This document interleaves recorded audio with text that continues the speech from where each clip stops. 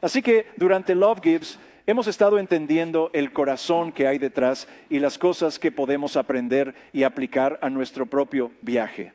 Y hoy quiero echar un vistazo a esta idea, y ya lo he mencionado, es uno de los mensajes centrales de la Navidad.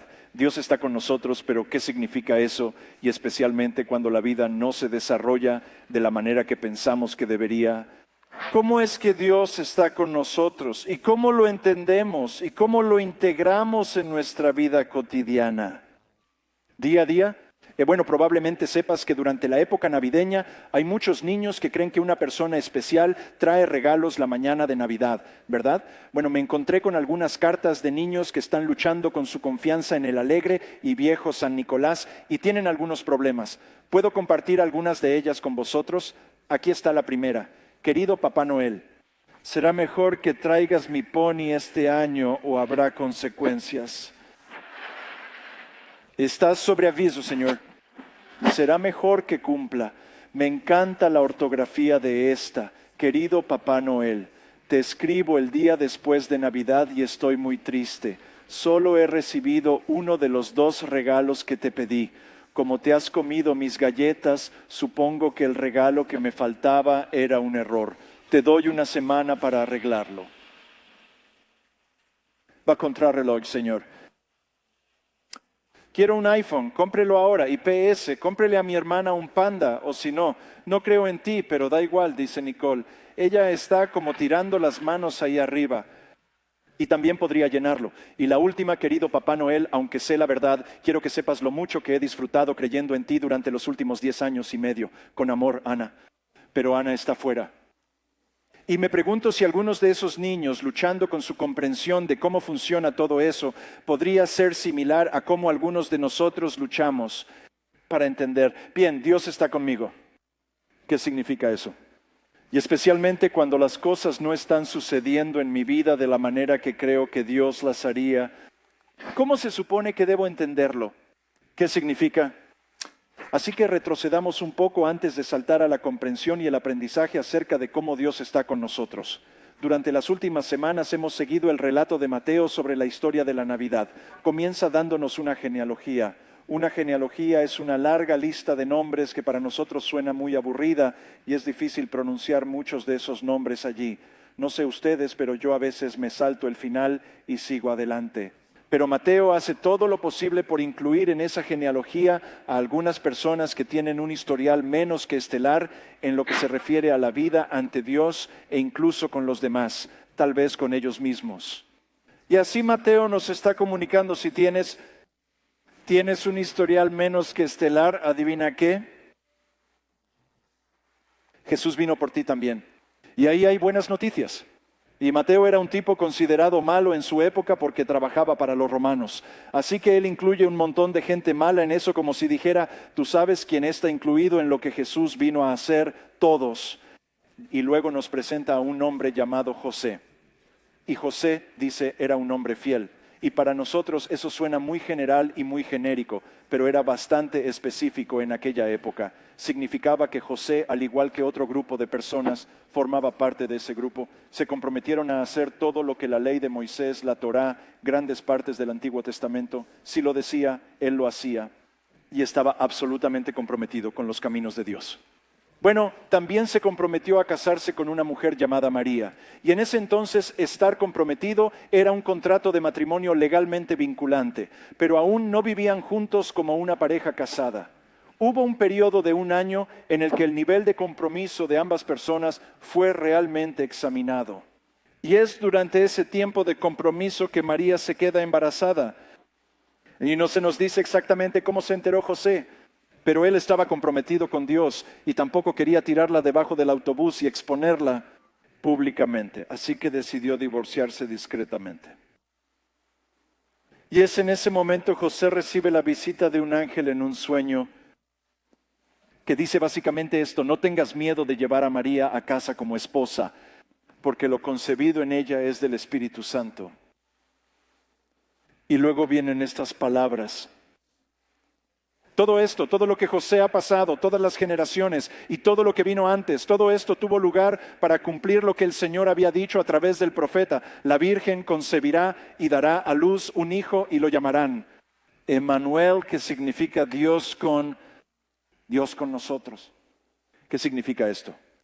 Porque a veces decimos, mis pensamientos están contigo. Bueno, eso es bastante nebuloso. A menudo eso puede ser muy lejano.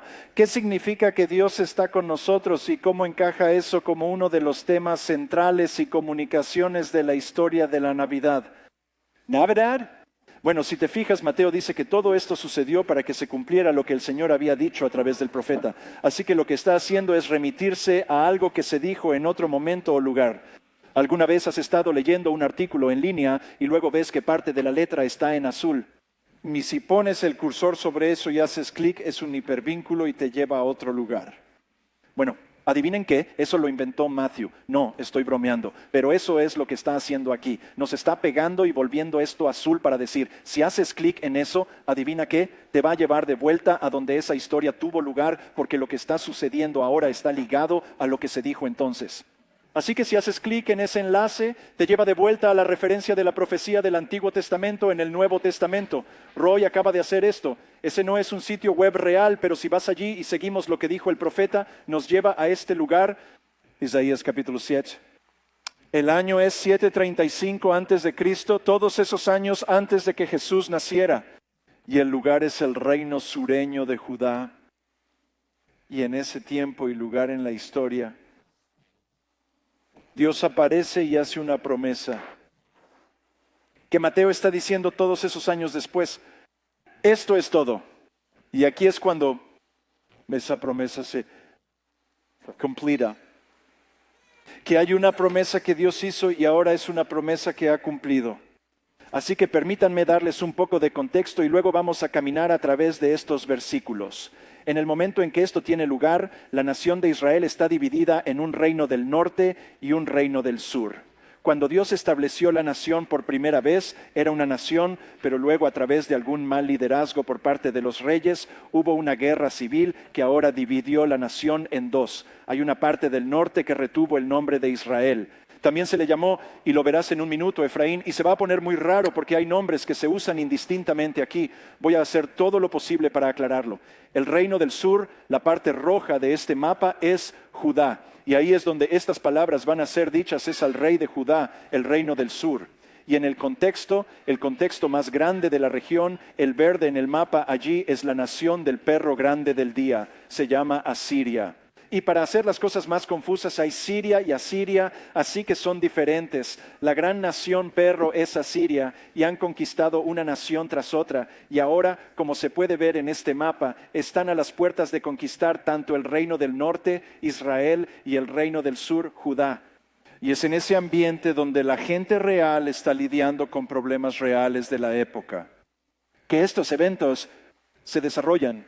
Isaías 7:1, cuando Acaz, hijo de Jotam e hijo de Usías, era rey de Judá, el rey Resín de Aram, que es otro nombre para Siria, y Peca, hijo de Remalías, rey de Israel, marcharon para luchar contra Jerusalén, pero no pudieron dominarla.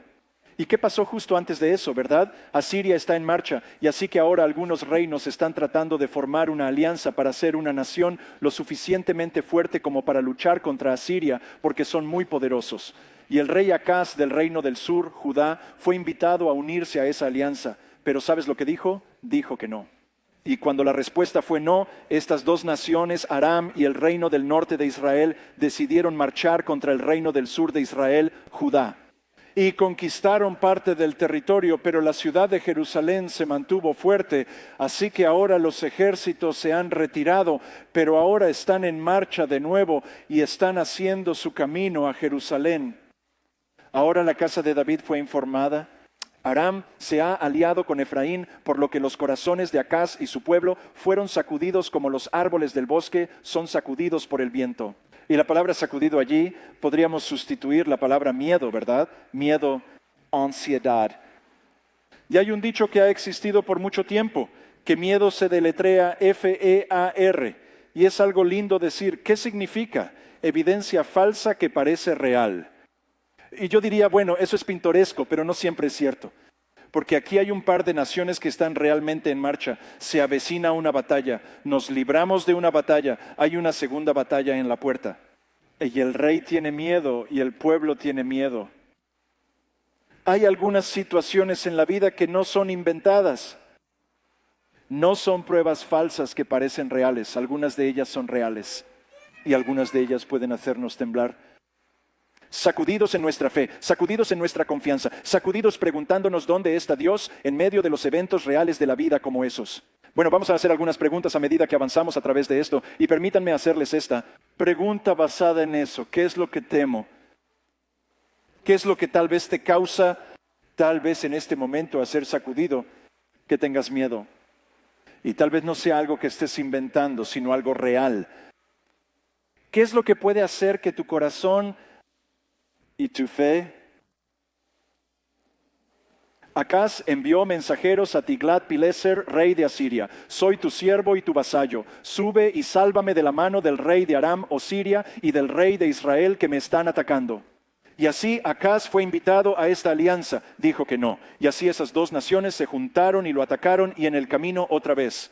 Ahora aquí está una de las cosas que necesitas entender si fueras un rey de Israel, es que cuando Dios fundó la nación, les había hecho la promesa de que habría un descendiente del rey David que estaría en ese trono perpetuamente. Acaz es ese hombre.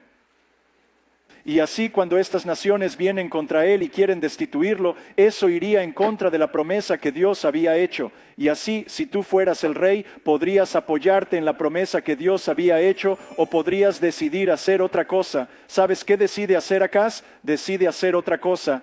No voy a recurrir a Dios, no voy a buscar a Dios, no voy a adorar a Dios a través de esto, no voy a consultar a Dios, voy a recurrir al rey de Asiria. Y así un rey recurre al rey de Asiria en vez de al rey del universo. Y realmente tal vez nos hace decir cuando tenemos que tomar decisiones sobre las cosas que están sucediendo. ¿Dónde ponemos nuestra esperanza y nuestra confianza? ¿Cómo respondemos a eso? ¿A quién buscamos para que nos salve? ¿Tenemos en cuenta a Dios de alguna manera? Porque Acaz no lo hace en absoluto. Ni siquiera menciona que piensa en Dios. Y si retrocedemos un poco en la vida de Acaz, ¿cómo llegó allí? Se nos dice que es hijo de Usías. Usías fue uno de los grandes reyes. Veía a Dios a menudo, adoraba a Dios. No way Acaz. De hecho, Acaz se volvió a los ídolos. Y en una ocasión, incluso se nos dice que Acaz toma a algunos de sus propios hijos y los sacrifica en el fuego de Moloc. Y si sabes algo de eso, eso es quemar niños vivos a un dios pagano.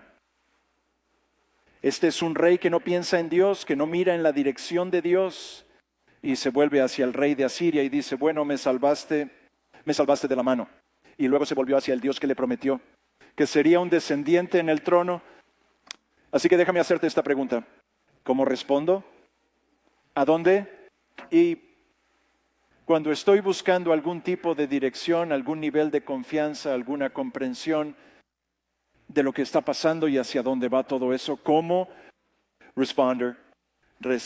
Tengo en cuenta a Dios, las cosas de la vida real por las que estoy pasando. La historia continúa y el Señor le dijo a Isaías, así que Acaz no se vuelve a Dios en absoluto. Pues bien, ahora Dios va a hablar al rey Acaz. Lo hace a través de Isaías. Isaías es un profeta. Sal tú y tu hijo, Ser-Jasub, al encuentro de Acaz al final del acueducto, en el estanque superior, camino del campo de las lavanderas. Dile, ten cuidado, mantén la calma y no temas. No te desanimes a causa de estos dos troncos de leña humeantes. Y cuando habla de dos leños humeantes, ¿a qué se refiere? El reino del norte de Israel y Aram o Siria. Y cuando Dios los llama troncos humeantes de leña, ¿sabes lo que está diciendo? Que no son nada, no son nada. Sus intenciones no se cumplirán. ¿Y qué hace Acaz en respuesta a eso? Cuando no buscas a Dios, sino que Dios viene a ti y ahora te da una idea de lo que ve desde su perspectiva, se pone un poco más específico.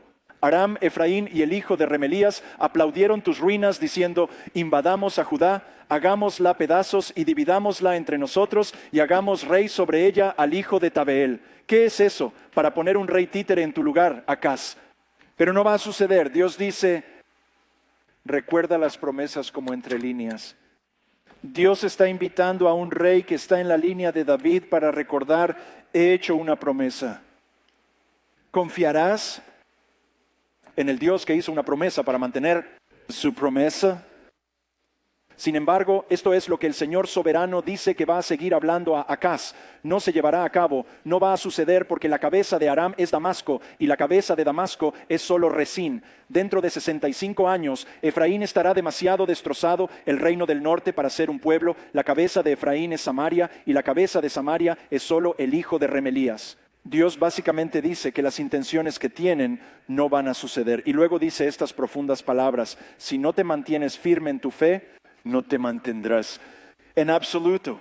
Rey Acaz, es como si tuvieras un pie en Asiria y tienes un pie aquí en tu propio reino. Tienes que decidir dónde está tu confianza, dónde se encuentra tu esperanza. Se encuentra. Porque en este momento te estás dividiendo en todo tipo de direcciones diferentes. ¿Buscarás la visión de Dios? ¿Vas a buscar la visión de Dios de lo que está pasando aquí para que puedas aplicarlo a un escenario de la vida real en el que estás en medio ahora mismo? Permíteme hacerte esta pregunta. ¿A quién escucho cuando estoy pasando por las circunstancias de la vida? ¿Dónde estoy buscando algún tipo de visión, algún sentido de dirección, algún tipo de confianza para darme dirección de liderazgo? Y Acaz prácticamente había dejado a Dios fuera de su vida. Giró su dirección. Dios viene a él de todos modos. Pero él incluso se defiende de eso. Pero ¿cómo respondo y a quién escucho? ¿Escucho? ¿Y dónde pondremos nuestros pies en términos de confianza acerca de dónde recibimos dirección para nuestras vidas?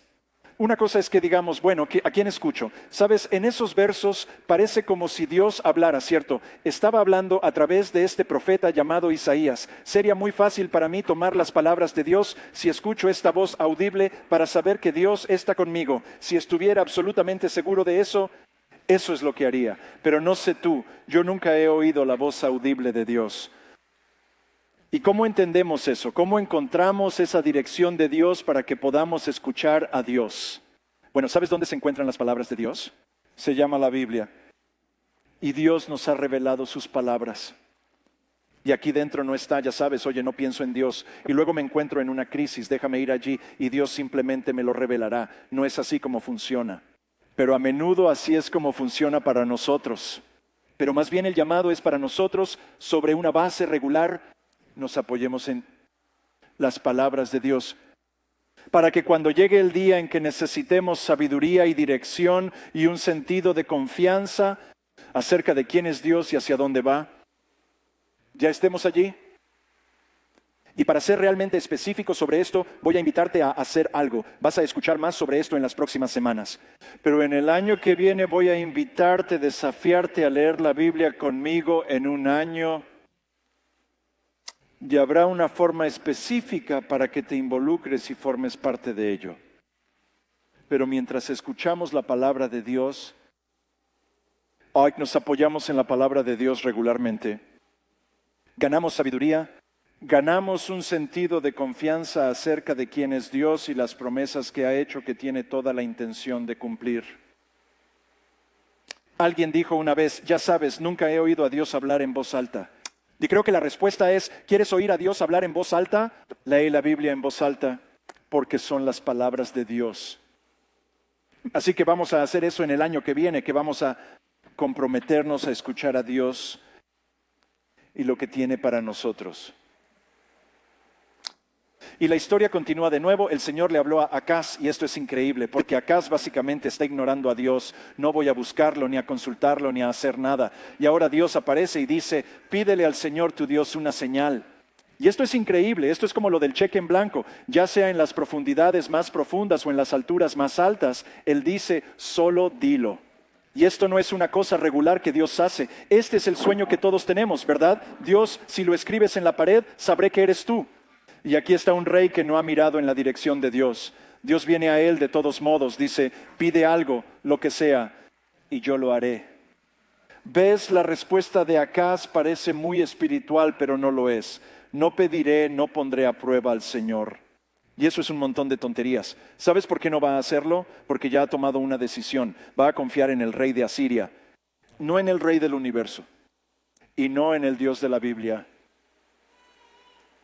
¿Y qué van a hacer Dios al otro lado de eso? No sé si estabas en esa posición como, mira, no me consultaste, pero vine a ti. No me buscaste a mí ni a mi dirección, pero yo te la di de todos modos. Y ahora estoy diciendo, tú solo sigue adelante y nómbralo, y yo te daré una señal de que estoy contigo. Y el rey responde diciendo, no sé tú, yo daría media vuelta y me iría. Tuviste tu oportunidad. Eso depende de ti. Pero ese no es el corazón de Dios. Entonces Isaías dijo, aquí ahora, casa de David, ¿no es suficiente para probar la paciencia de los humanos? ¿Probaréis también la paciencia de mi Dios? Por lo tanto, el Señor mismo les dará una señal. Dios dice, no lo quieres, voy a hacerlo de todos modos. Y te voy a dar una señal. Tú no pediste una, yo te daré una. Y va a ser una señal del poder milagroso de Dios. Y aquí es de donde vienen esas palabras. La Virgen concebirá y dará a luz un hijo. Y lo llamaremos Emmanuel. ¿Y qué significa Emmanuel? Dios está con nosotros.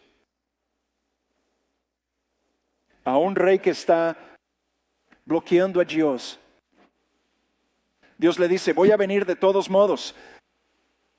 Y este será el signo inequívoco de mi presencia contigo. Así que permítame hacerle esta pregunta. Porque tal vez ha pensado, ya sabes, Dios, está bien, tú sabes que me vas a bendecir en mi corazón todos los días, pero tengo ejércitos viniendo hacia mí y tengo que recurrir a una verdadera fuente de seguridad para eso. No a ti. Así que déjame hacerte esta pregunta que creo que es demasiado grande para Dios. O pienso, bueno, ya sabes, es bueno que Dios trabaje en mi vida espiritual, mi vida privada, pero la cosa con la que estoy lidiando en mi vida real, no estoy seguro. ¿Qué creo que es demasiado grande para Dios? Y luego esas palabras acerca de la Virgen concibiendo y dando a luz a un hijo simplemente permanecieron ahí por mucho tiempo. Y por supuesto, tal como Dios dijo, 65 años más tarde, Asiria desciende, conquista Aram y también el reino del norte toma un montón de gente a la esclavitud. Pero Dios dice a Judá en el reino del sur, no te pongas demasiado engreído porque van a exigir una medida de juicio contra ti también. Porque en realidad estoy más preocupado por los corazones de la gente volviendo hacia mí. Y Asiria parecía ser la nación que nunca sería conquistada, el imperio que nunca terminaría. Pero entonces llega otra, se llama Babilonia, y Babilonia derrota a Asiria. También se lleva a un montón de gente. La historia de Daniel y la guarida del león y todo eso tiene lugar en Babilonia. Y parece que Babilonia nunca será derrotada. Nadie puede hacerles frente.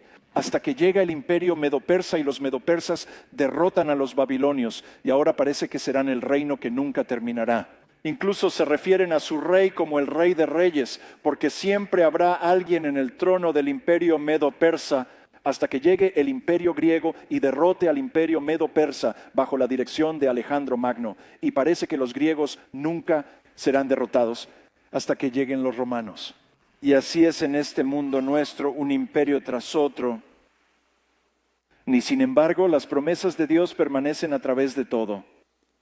Y lo que se dijo 735 años antes de que José y María aparecieran ahora en este día, Mateo deja muy claro que cuando esas palabras fueron dichas, ¿sabes lo que Dios tenía en mente? Es aquí y ahora, promesa hecha, promesa cumplida. Y eso es algo importante que tú y yo debemos recordar. Que las promesas que Dios hace, Él tiene toda la intención de cumplirlas. No siempre suceden en nuestra línea de tiempo, pero las promesas que Dios hace, Él las cumple. Y cuando volvamos a Mateo y la historia de la Navidad, todo esto sucedió para cumplir lo que el Señor había dicho a través del profeta. La Virgen concebirá y dará a luz un hijo y lo llamarán Emmanuel, que significa Dios con nosotros. ¿Qué significa eso? ¿Significa que Dios está lejos y tiene sus pensamientos con nosotros? No, la historia de Isaías 7 dice, estoy aquí contigo en este momento y en todo lo que estás afrontando. ¿Me tendrás en cuenta? Dios está con nosotros. Y Dios no solo nos dio un camino hacia Él, Él mismo vino el camino. Es Dios mismo, el Hijo eterno de Dios. Y entonces, ¿qué hacemos al otro lado de eso si estamos seguros de que Dios está con nosotros? Cuando José despertó, hizo lo que el ángel del Señor le había ordenado y llevó a María a su casa como esposa. Si confiamos en que Dios está con nosotros, el siguiente paso correcto es seguir a Dios, es ser obediente a la dirección de Dios y a los caminos de Dios. Y así una gran parte central de la historia de Navidad es que Dios está con nosotros. No nebuloso, no misterioso, no lejano, en las mismas vidas que vivimos. Incluso en la historia antigua y los tiempos actuales. Dios está con nosotros, así que permítanme hacerles esta pregunta al terminar. ¿Dónde necesito confiar en que Dios está conmigo? Y hay promesas que Dios ha hecho. Y Él tiene toda la intención de cumplir las promesas que hizo. Él dijo cosas como: nunca te dejaré ni te desampararé. A veces se puede sentir así basado en nuestras circunstancias. Promesa hecha, promesa cumplida. Dios promete que puede usar todo en nuestras vidas para conformarnos a la imagen de Jesús. Y es fácil para nosotros entender eso con las cosas buenas, pero Él aún dice que Él puede redimir las cosas malas. Y si hay cosas malas que suceden en este mundo, y Dios puede incluso redimirlas. Pero en los momentos en que viajamos a través del mal puede ser difícil sentir eso. Promesa hecha, promesa cumplida, pero confiamos en Él, que Él está con nosotros. Jesús prometió que un día volverá y las cosas serán eternamente diferentes de lo que son ahora. Es una promesa que todavía no se ha hecho, pero promesa hecha. Él va a ser un Dios, promesa cumplida. Él viene. Lo portaremos, viajaremos a través de estos días. Confianza de que todo esto en nuestras vidas va a alguna parte y va hacia una conclusión. Que Dios en última instancia tendrá la última palabra, la palabra final. ¿Dónde tengo que creer? Que Dios está conmigo. Inclinad la cabeza conmigo mientras rezo.